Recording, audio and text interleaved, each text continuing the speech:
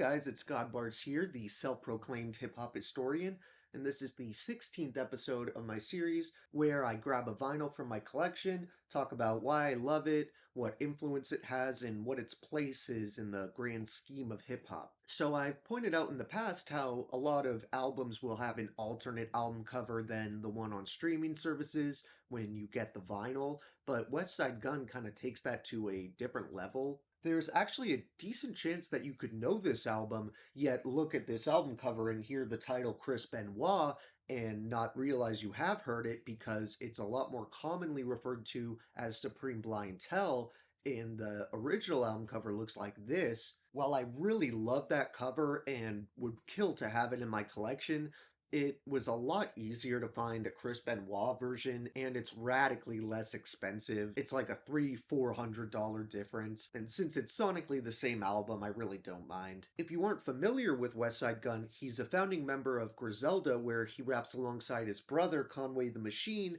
as well as his cousin Benny the Butcher.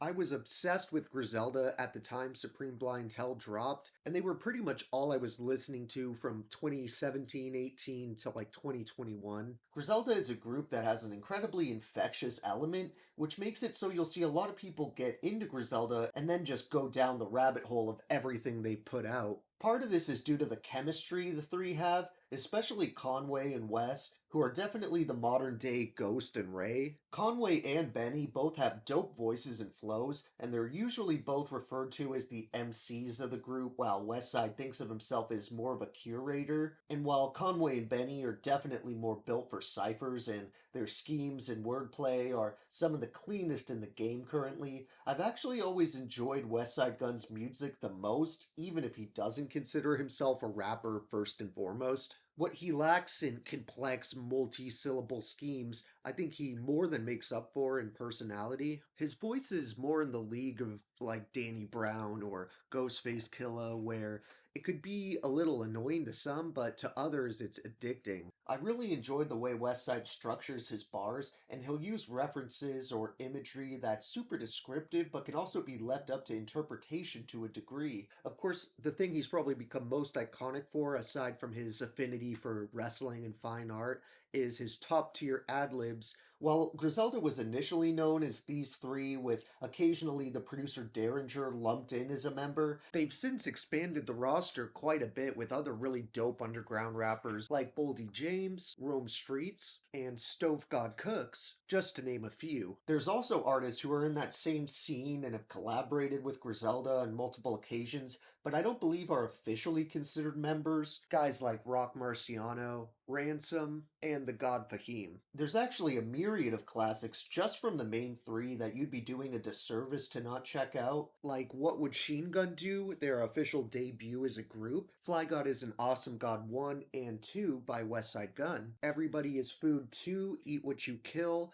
and From King to a God by Conway the Machine. And Tana Talk 3, and The Plugs I Met by Benny the Butcher. And I would say out of all of these albums, if there's anyone you're going to listen to besides Supreme Blientele, I would say the two most essential ones are Tana Talk 3 and Fly God Is an Awesome God. But as amazing as all those projects are, my favorite album out of this entire New York underground scene is Chris Benoit, which I'm just going to refer to as Supreme Blientele from this point on for simplicity. As you may or may not know, the title is a reference to Ghostface Killah's legendary album Supreme Clientele, and it's a play on how certain bloods will replace C's in words with B's or vice versa with Crips. If you don't keep up with or know anything about WWE and wrestling, you may not be familiar with the tragic Chris Benoit case. I don't really want to dwell on it, but basically something snapped in the dude and he murdered his wife, child, then himself. As usual, there's dumb conspiracy theories like there are for every dead celebrity where people insist he was murdered and framed, but there has never been a shred of evidence to found that claim. You may be wondering why Wes chose this figure as the alternate title and cover for Supreme Blientele,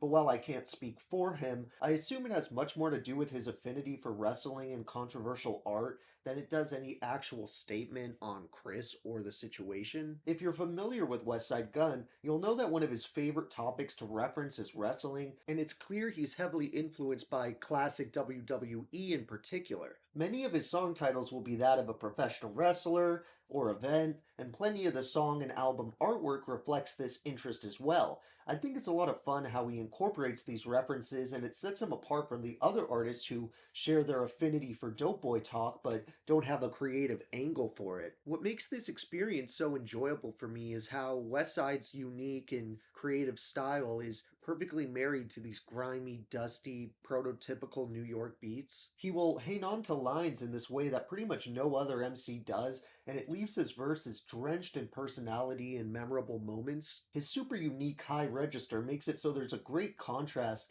with the long list of featured artists, and this chemistry is what makes the main three so fun to listen to time and time again. It almost reminds me of a trio like Flatbush Zombies, where the wide range of vocal styles and personalities gives this group kind of a formula that they can return to time and time again without it ever sounding stale. Obviously, we have multiple appearances by Benny and Conway, but there's also verses by Rock Marcy, Elzai, Anderson Paak, Keisha Plum, Crime Apple, and even a couple of OG legends pop up on here in the form of Jadakiss and Busta Rhymes. You'll see a lot of these classic 90s MCs collaborate with Griselda over their various projects, and it's a perfect example of why people need to dig around a bit before saying how void of substance modern hip-hop is.